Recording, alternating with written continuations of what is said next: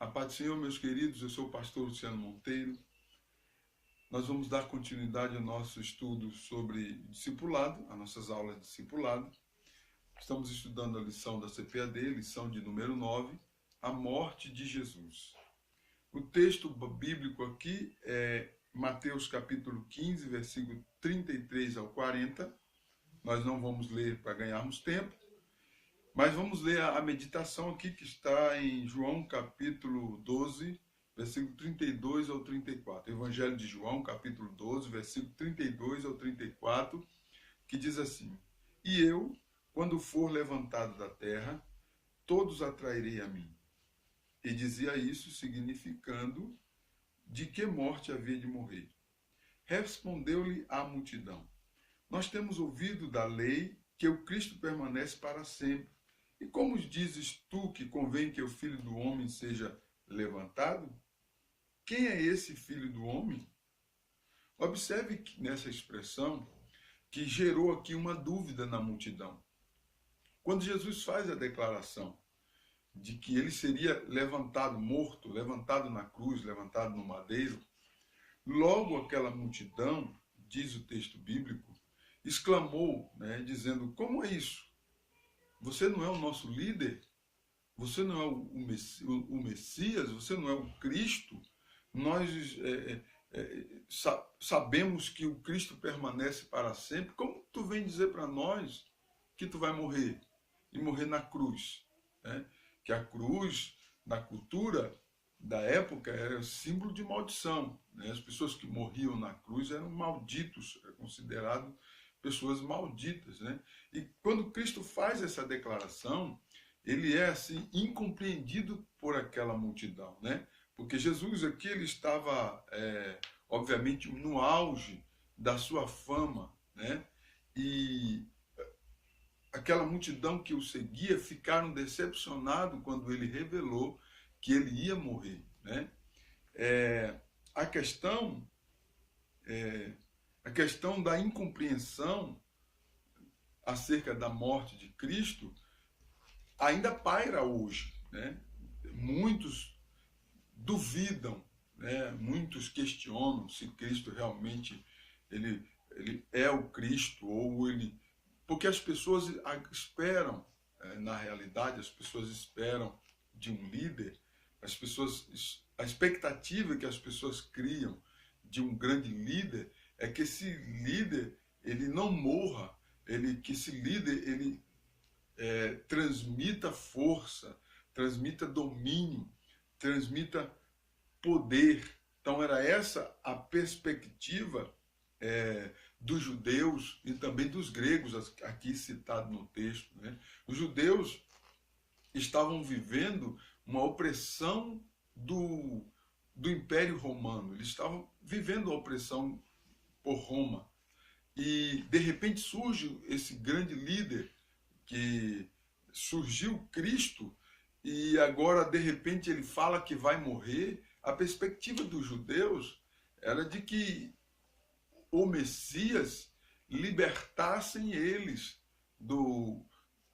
da opressão romana. Não era isso que as escrituras revelam, Não era isso que a escritura dizem. Mas a perspectiva pessoal dos judeus era essa. Por conta disso, eles não receberam o Cristo como o Messias. Até hoje os judeus aguardam o seu Messias. Até hoje. Eles rejeitaram a Cristo por conta disso. Como que pode? A gente recebe o nosso líder e ele vai morrer, e ele diz que ele vai morrer. Então aqui, o texto que nós lemos aqui no Evangelho de João, no capítulo 12, ele transparece essa dúvida que ficou na multidão com relação a Cristo. Era incompreendida a mensagem da cruz. Apesar de as escrituras sagradas já estarem apontando para esse acontecimento e também para a necessidade desse acontecimento, aquela multidão ali estava totalmente por fora. Você observe que eles nem observavam mais as sagradas escrituras, eles nem observavam mais, porque se observassem, obviamente, que estariam cientes de que era o cumprimento da profecia, o cumprimento das Escrituras, a morte do Senhor. Então nós observamos aqui, nessa expressão do João 12, que a multidão fica totalmente revoltada, frustrada, né? Angustiada com aquela declaração do mestre de dizer que ele seria levantado no madeiro, que ele morreria numa cruz, né? E eles ficam assim chateados, né? Porque qual é a lógica humana? A lógica humana é que o seu líder ele não deveria morrer, para que continuasse liderando os seus liderados, né? Agora, porém, nós precisamos entender que essa questão precisa ser avaliada na ótica espiritual, porque se nós avaliarmos na ótica espiritual, nós vamos observar que a ótica espiritual é contrária à ótica humana, né? A ótica espiritual, o plano divino era que ele deveria morrer, né? Morrer na cruz do Calvário, né? Havia uma necessidade de que ele morresse na cruz do Calvário, né? Na nossa introdução aqui, nós podemos avaliar que, conforme o texto destacado aqui na introdução, em 1 Coríntios 2,14, diz que o homem natural não compreende as coisas do Espírito de Deus, porque lhe parecem loucura, e não pode entendê-las, porque elas se discernem espiritualmente. Então aqui está a resposta para esse questionamento, né? Nós precisamos entender, irmãos, que principalmente você que está aí dando seus primeiros passos na fé, que as coisas espirituais de Deus, elas se discernem espiritualmente. Não adianta você ficar procurando resposta na lógica, temos que procurar resposta na Bíblia, nas Escrituras, entendeu? Se procurarmos resposta lógica para determinadas coisas que são espirituais, você não vai achar, meu irmão, não adianta. Você não vai conseguir, entendeu? Nós precisamos entender, né, que as Escrituras já apontavam para a morte de Cristo no madeiro. Então isso deveria se cumprir, né? E a lógica humana não compreende essas coisas. Aquela perspectiva do rei, aquela perspectiva de libertação de Roma, aquela perspectiva criada pelos judeus de que nós agora temos um rei, né, que está conosco, nós vamos contra Roma, nós vamos conseguir, nós vamos ficar livre da opressão romana. Aquela perspectiva, aquela alegria, né, aquela euforia de nós agora temos um rei que os judeus tiveram quando Cristo apareceu no cenário, operando sinais, operando maravilha, aquela perspectiva morreu totalmente quando Cristo foi morto na cruz do Calvário. Entenda isso. Quando eles, após ter entregado o mestre para ser morto, quando eles participaram, após terem participado daquela cena da crucificação, que na cultura da sua época era muito comum, era muito normal, as pessoas que eram julgadas como malfeitores eram pregadas na cruz, então isso na cultura da época era normal. Então eles assistiam isso, e após assistir aquela execução, eles, né, quando voltaram para casa ali, eles voltaram frustrados, totalmente frustrados. Acabou a nossa perspectiva, pensavam eles, né? Acabou a nossa perspectiva de um rei, acabou a nossa perspectiva de libertação de Roma. Eles pensavam isso, eles voltaram para casa frustrados, entendeu? Mas eu quero que você entenda que, segundo as Escrituras, havia uma necessidade, conforme Gênesis capítulo 2, versículo 17, havia uma necessidade da morte de Cristo, né?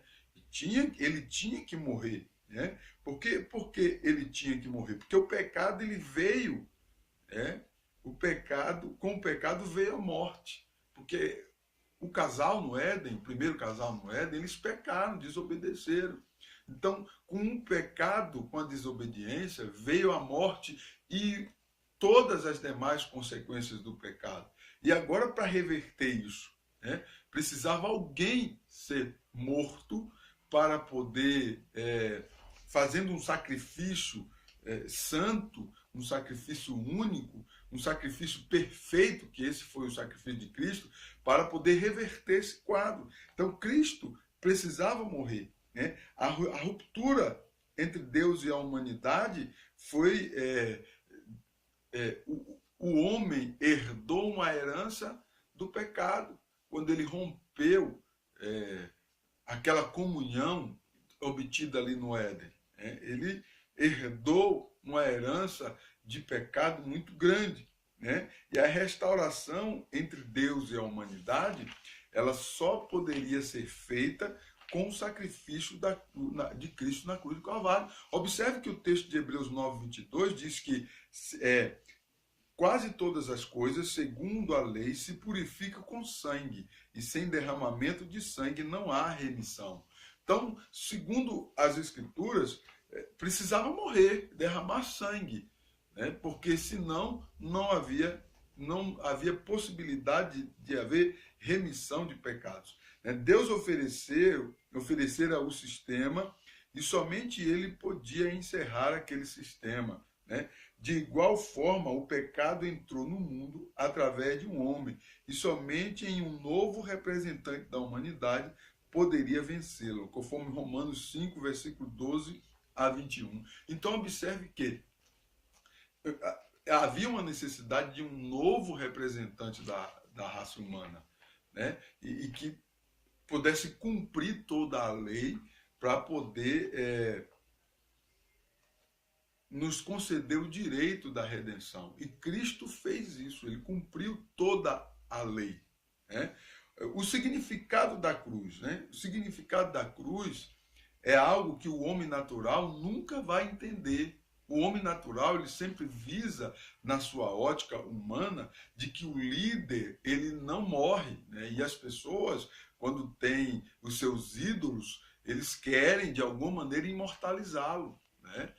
Nas suas lembranças, enfim, no seu saudosismo e etc. Mas, biblicamente falando, a ótica de Deus é totalmente contrária, de maneira que o Cristo, o ungido, o Filho de Deus, ou o próprio Deus encarnado, era necessário que ele morresse, né? Então, o significado da cruz, a palavra da cruz é loucura e, ao mesmo tempo, é poder.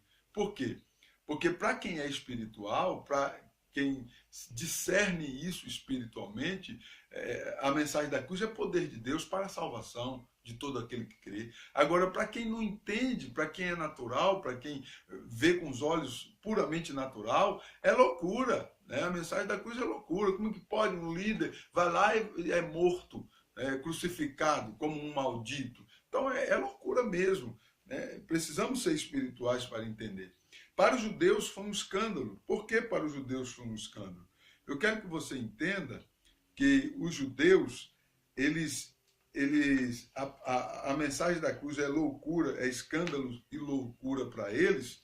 É uma loucura por quê? Porque para os gregos, né, a supervalorização do conhecimento da filosofia era o meio e a sua cultura. Então, Cristo, uma figura famosa, para um grego, um grande filósofo, um grande pensador, porque um homem que tinha palavras poderosas.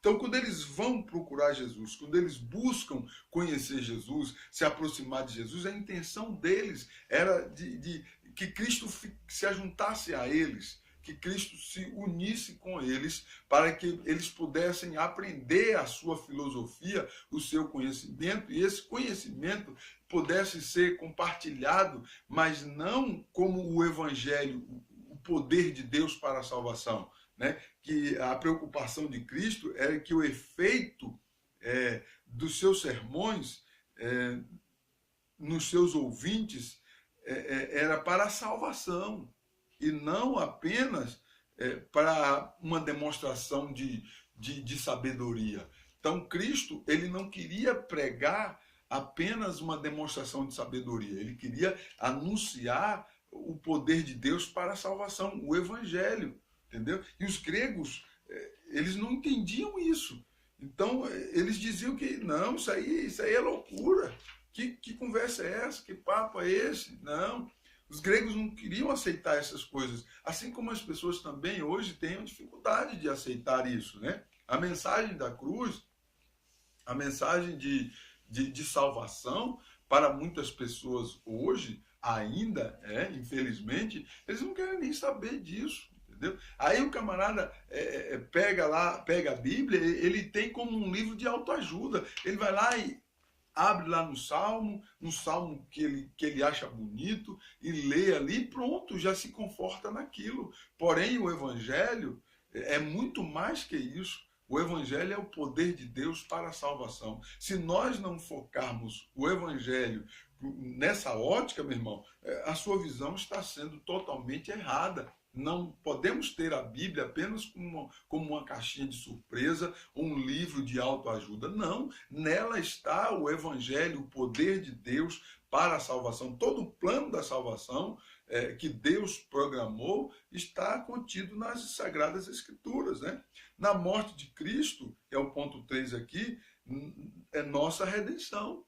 Então, na morte de Cristo, nós adquirimos a nossa redenção, né? E fomos livres da tentação de querermos nos auto-salvar, né? Porque, pois nós encontramos e entendemos nas Sagradas Escrituras que a nossa salvação é através da fé, né? Não é através das obras de ninguém, nós somos salvos por meio da fé, né? Da fé em Cristo Jesus.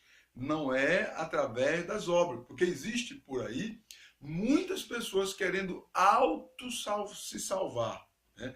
Porque elas acham que fazendo boa obra, sendo bonzinho e etc., ele vai ser salvo. Não, meu irmão, você está totalmente enganado. Biblicamente falando, a salvação é por meio, através de Cristo Jesus. Não há um outro meio de sermos salvos senão por Cristo Jesus. Ele próprio diz em João 14, eu sou o caminho e a verdade e a vida, e ninguém vem ao Pai senão por mim. Entenda isso. Através da morte de Cristo, a nossa redenção, nós estamos livres da tentação de querer sermos iguais a Deus. Então, o ser humano ele tem esse instinto, né, de querer dominar. E nós precisamos entender que um único grande dominador é o próprio Senhor, o próprio Deus. Amém? Estamos livres da tentação de acharmos que somos bons, né? Há em nossa natureza uma propensão natural para a prática do mal. Isso está no homem, entenda isso. Na nossa natureza, biblicamente falando, se nós pegarmos para avaliar os textos, por exemplo, aqui Romanos capítulo 7, versículo 18 a 20, você vai entender claramente que a Bíblia esclarece. Há uma propensão na natureza do homem ou da mulher, aquela pendência para a prática do mal. Então nós precisamos de Cristo, meu irmão. Nós precisamos da natureza de Deus ser implantada em nós, né? Porque não existe ninguém bom. Nós precisamos da redenção, nós precisamos da regeneração, e nós só podemos encontrar isso através e por meio de Cristo, e conseguimos alcançar por graça e misericórdia através do sacrifício de Cristo na cruz do Calvário. Conclusão aqui da nossa lição eu destaquei aqui, ele morreu porque voluntariamente deu a sua vida e também autoridade para que alguém o execute.